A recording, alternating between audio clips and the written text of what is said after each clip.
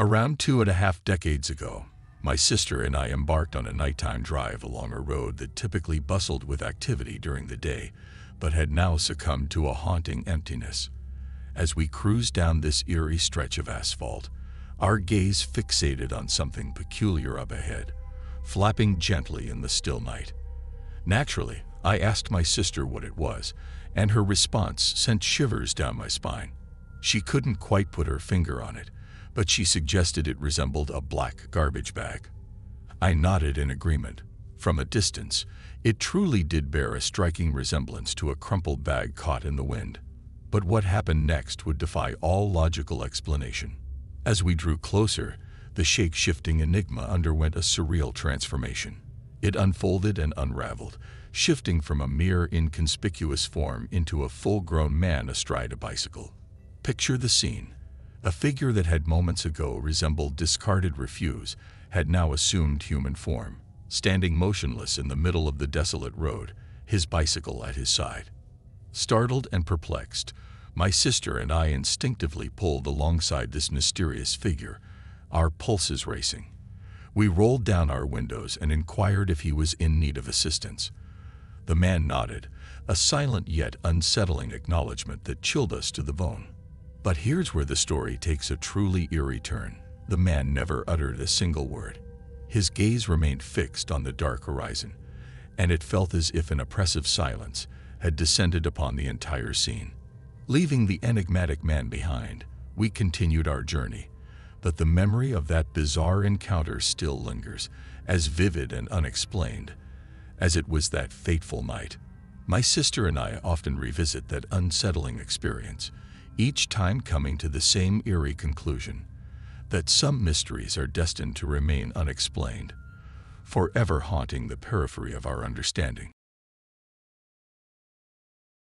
I was in the middle of my long and mundane 6 to 8 hour drive to the base, trying to alleviate the monotony by chatting with my wife over the phone. The stretch of road we traversed cut through the Mojave Desert, with its typically straight and dusty desert roads, occasionally marred by tricky curves that emerged as the road loosely followed a broad wash or lake bed. Just ahead of me, I noticed a motorcyclist cruising along. They seemed comfortable with the road, skillfully navigating the desert terrain at speeds ranging from 70 to 90 miles per hour. As the highway had its unpredictable bends due to its course, mirroring the natural contours of the desert landscape, this rider was seemingly adept at taking them in stride. That is, until it happened. In a split second, the motorcyclist sailed straight over the edge of a 45-mile-per-hour curve while hurtling along at about 80 miles per hour. The sight was nothing short of horrifying. An instinctive guttural sound of shock escaped my lips, and I quickly hung up the call with my wife. With adrenaline coursing through my veins, I pulled over to the side of the road. I knew there was no time to lose. Grabbing my trauma kit and donning a pair of gloves, I was on the phone with 911, relaying the incident to the dispatcher as best I could. I stepped gingerly over the edge of the road, bracing myself for a grim scene. What I expected to find was a lifeless figure crumpled amidst the sagebrush. However, the reality that met my eyes was quite different. There, some 75 feet away from where I stood, and about 15 feet below the road's edge, was a young man, no older than his mid-20s. To my immense surprise, he was not lying in a lifeless heap. Instead, he was attempting to pick himself up from the ground. His motorcycle, a mere 30 feet away, lay in a mangled and pitiful state, bearing the violence of the crash. I quickly relayed the situation to the 911 dispatcher, who advised me to ensure the young man didn't move and to provide assistance if I could. Approaching the survivor, I encouraged him to remain still and conducted a rapid assessment of his condition. Astonishingly, considering the sheer gravity of the crash, he appeared to be remarkably unscathed, though visibly shaken. Later assessments would reveal a broken collarbone and a mild concussion, but at that moment, he was very much alive, and that in itself was a miracle. The incident was far from a ghost story, yet it was a chilling, heart-pounding encounter that had me convinced I had just witnessed a life being snuffed out in a split second. The miraculous turn of events left me both bewildered and profoundly thankful that this young man had emerged from such a horrific accident with his life spared. I was a 19-year-old, driving back home from my then-boyfriend's house in the dead of night.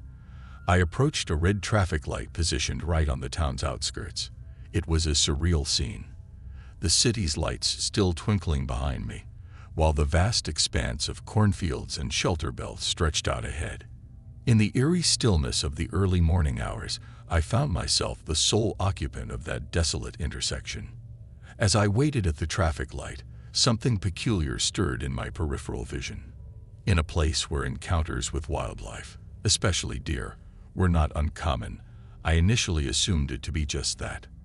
However, curiosity got the better of me, and I turned my head to investigate the odd movement.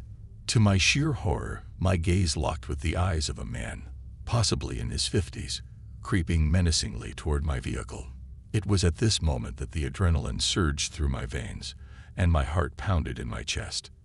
As the stranger's eyes met mine, and he realized I had spotted him, he came to an abrupt halt. That's when I noticed the sinister object he held in his grasp, a menacing tire iron, gleaming ominously in the dim light. I didn't waste a second. Without even contemplating the red traffic light I was waiting at, I hit the gas, and my car surged forward, racing away from that bizarre and potentially life-threatening encounter. The image of the man with the tire iron frozen in my rearview mirror was etched into my memory. To this day, the incident remains a bone-chilling enigma, an encounter with the unknown that left me with far more questions than answers. What were the intentions of that mysterious man in the dead of night, lurking by my car with such a sinister weapon?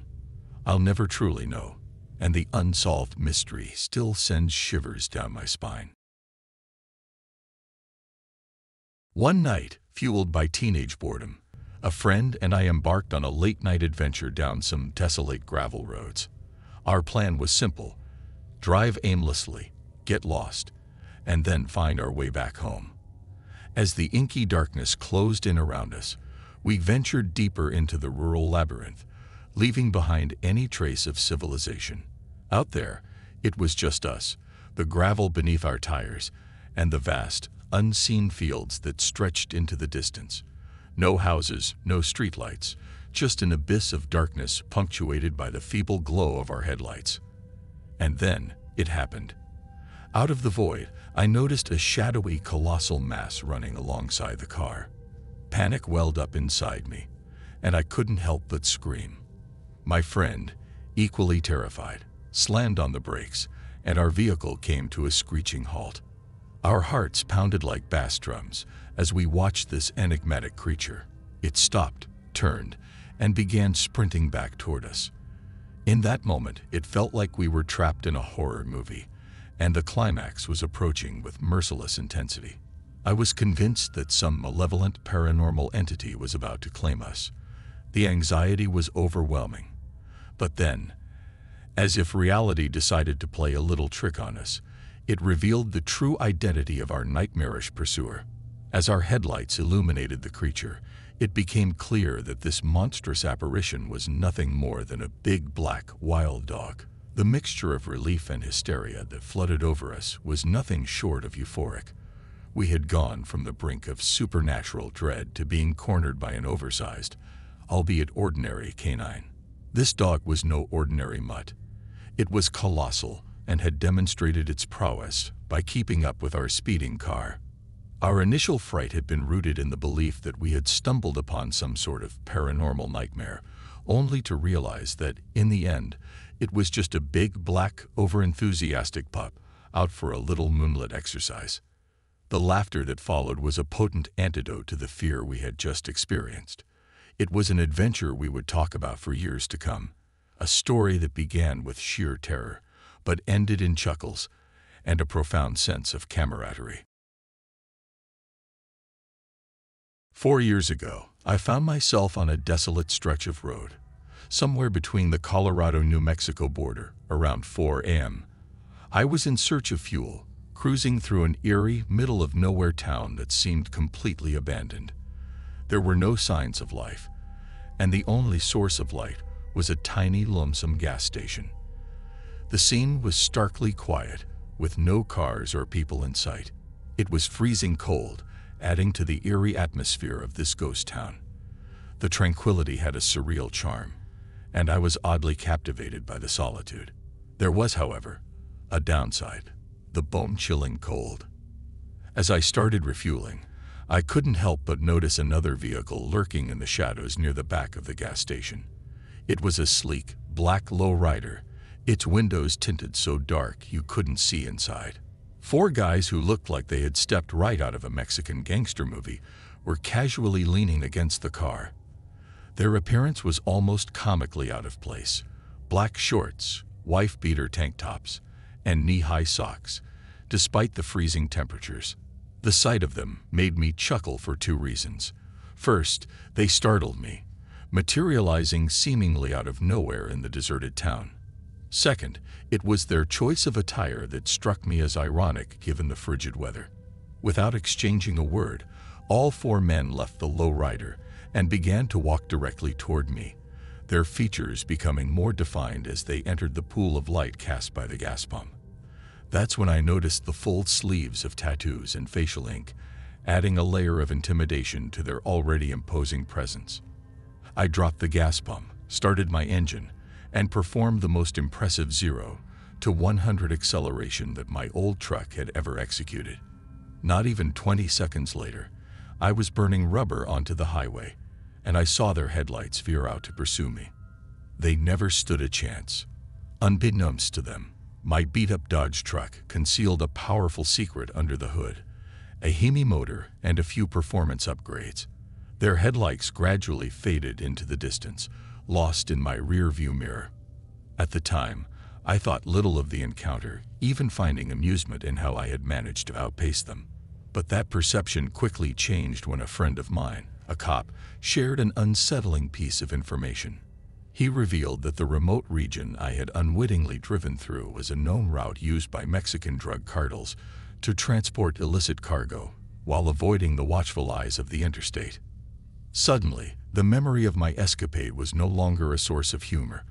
It was a chilling realization that I had inadvertently stumbled into a world of shadows and secrets, where danger could lurk in the most unexpected places.